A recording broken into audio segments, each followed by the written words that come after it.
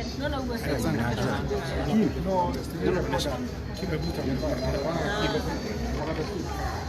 sawa. Guys, we're good? Evelyn, we run. Imefreeze, unaniona sahi? Auto. Sawa, ikirudi, we will just continue recording. They are doing their press starting now. All right. Yes, UDA, yes. All right, tuna roll. Thank you.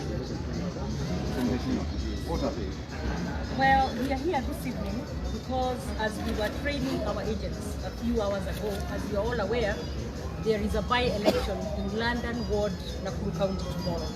And as such, we were this afternoon actually, from 2 o'clock, training our agents and also letting them know at what stations they will be reporting in the morning. And as that was going on, a contingent of police officers in about 5 vehicles and a lorry full of officers with dogs and tear gas came in there, and they said that the meeting has to stop. And we told them that it's within the law. We are allowed to do that, and it is part of our preparation for tomorrow's elections. So it has become, because if you recall, about a week ago, we had to suffer through tear gas in this county, as we had a meeting and they claimed that they had not approved the notice that we had given. Given the law is very clear, all we had to do was give them notice. Now it seems as though the police have taken sides in this by-election. Even as we were walking up and down the stairs, because they stormed in, we were actually having our meeting on the 5th floor of the hotel, very secluded. And you could hear them saying that Matiang'i and the IG had given orders. And you could hear them calling and saying that they were calling Matiang'i because he's saying that they must do whatever it is they were sent to do, which was to stop our preparation of our agents. Now, my only thing that I want to say to these police officers here, tomorrow, and to IEBC actually, tomorrow we expect a fair and free election process. We expect democracy to be given,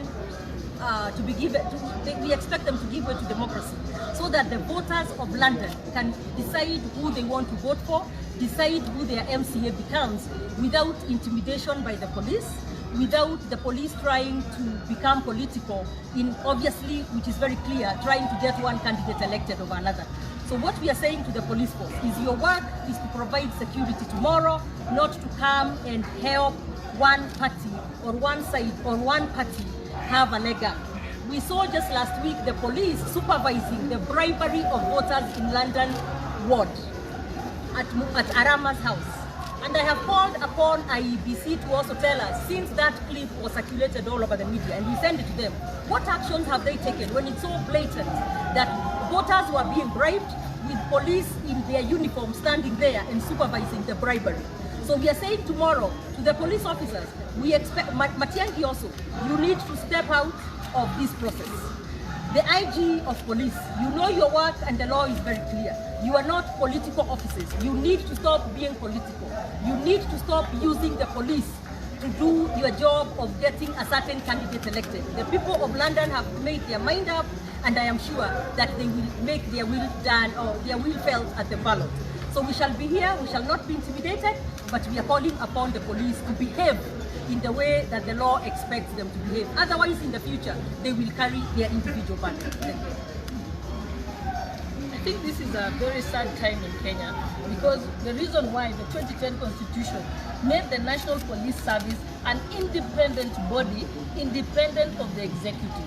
But now they are seeing a situation where the executive is directly interfering with the police and using the police not to protect citizens and to maintain law and order, but instead to come and take away our democratic rights. I have never heard in the history of Kenya that police officers are storming into a meeting where you're training your agents which are required by law and recognized by the election law. In fact, IEBC expects us to give them appointment letters, copies of appointment letters of our agents and badges for them, and that's exactly what we are doing today. In fact, you cannot have free and fair elections if you don't have agents participating and representing a political party in an election. So, for the police to be used to come and break it, and I dare the OCPD of Nakuru, yes, Nakuru Town West. First, when he walked into the room, he demanded that I provide to him a list of all our agents. There is no requirement in any law in Kenya that the police can have access to our agents names and list of names of our agents. They also asked for my name and names of the other people who are training the agents. And again, that is not information that the police is entitled to under any shade of law in this country. So obviously, they wanted to use those names so that they can intimidate our agents. They also came up by the OCPD of Nakuru West, he said again, because he obviously doesn't understand the law and doesn't know what he's doing.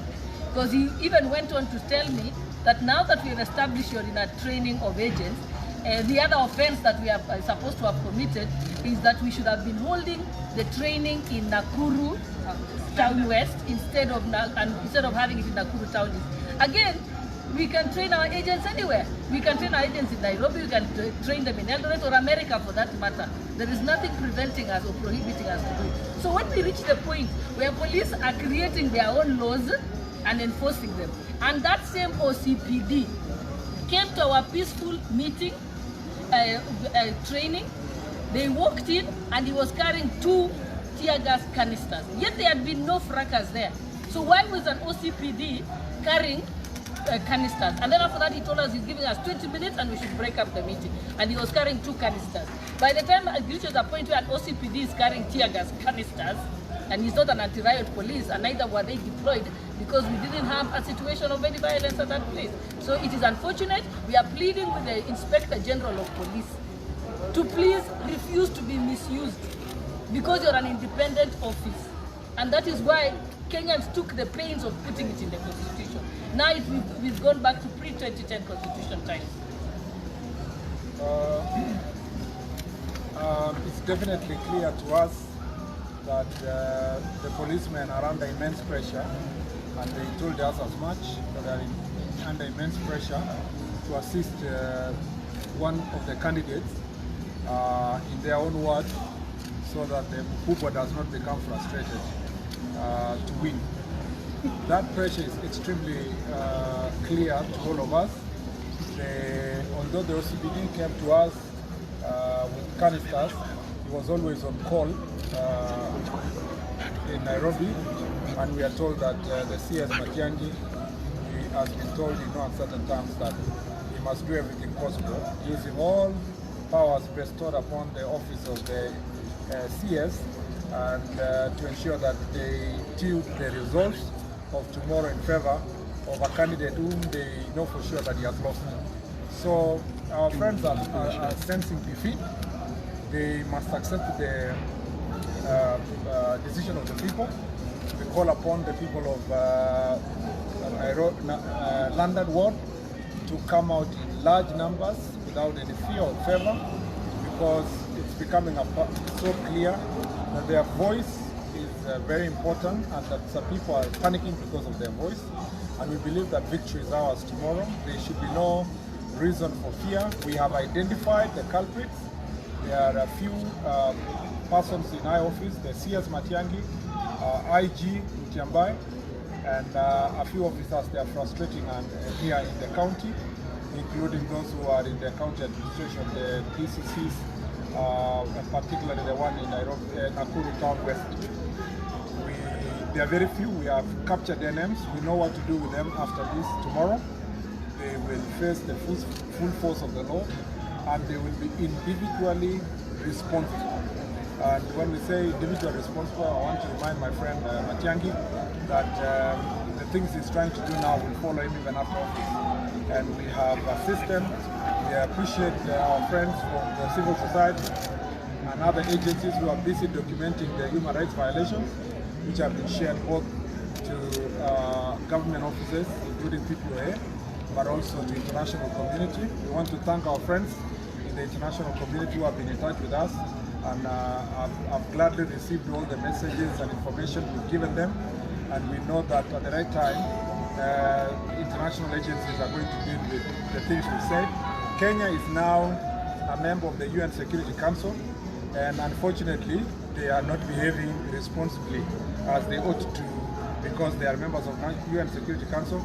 We have reported these issues through various agencies we will share in future to international community. And as I said, I want to thank our friends in the international community who have given us a lot of support to ensure that there is free and fair elections. Many agencies of international community are very concerned that this is a precursor for next year elections, and I'm glad that they are willing to take decisive action on Kenya, particularly in good time before we mess up the country next year. So we are, I want to tell our voters, relax. These few police elements, we are dealing with them. We have put them on notice, told them what they need to do, and tomorrow our agents will be in the polling stations, and we expect victory at the end of the day tomorrow. I think that's all we want to say today. Asanteni sana. Kiswahili moja Nataka kustand by for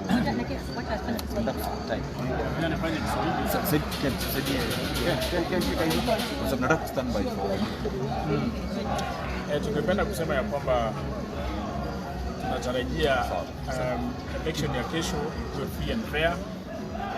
Leo tulikuwa tunajaribu kufundisha agents wetu ambao wanatusimamia kwa elections, which is within the law, kwamba agents lazima kwanza wafundishwe jinsi ya kusimamia uchaguzi, na hao ni agents ambao majina zao zimepeanwa kwa IEBC, watu ambao walikuwa na train, pia watu ambao majina zao zimepeanwa kwa IEBC. Kwa hivyo kazi yenye tulikuwa tunafanya ni kazi yenye tunafanyaga kwa kila election Kenya hii, na iko within the IEBC law, iko within the regulations, na sisi tumeshangazwa na vile polisi walitumwa kuvuruga hiyo mkutano. Tungependa kusema ya kwamba wenye tumepata hata mfununo kwamba wanajaribu kukusanya majina ya ma-agents alafu labda washike ndio kesho wasisimamie elections, ndio wafanye nini wanataka kufanya. Na ndio tunasema ya kwamba lazima tupewe haki yetu hapa London Ward kwa election yenye inafanyika kesho. So tunataka kuambia polisi wasitumike kwa njia mbaya, wasipigiwe masimu, kwa sababu wakienda kufanya makosa shida itabaki kwa hao wale wakubwa ambao wanawapiga masimu huko juu hawataonekana. So tungeomba wale polisi ambao wanafanya kazi hapa, fanyeni kazi kwa sheria, fuata sheria, linda watu wakati wanakuja kupiga kura, wakifika linda hao mpaka wapige kura warudi wakiwa na usalama. Hatutaki wakuwe partisan, hatutaki wa threaten agents ambao wanasimamia hii election ya kesho. Kwa hivyo tunaomba tu, tunataka free and fair election, hatutaki maneno mengine. Asanteni sana. Thank you.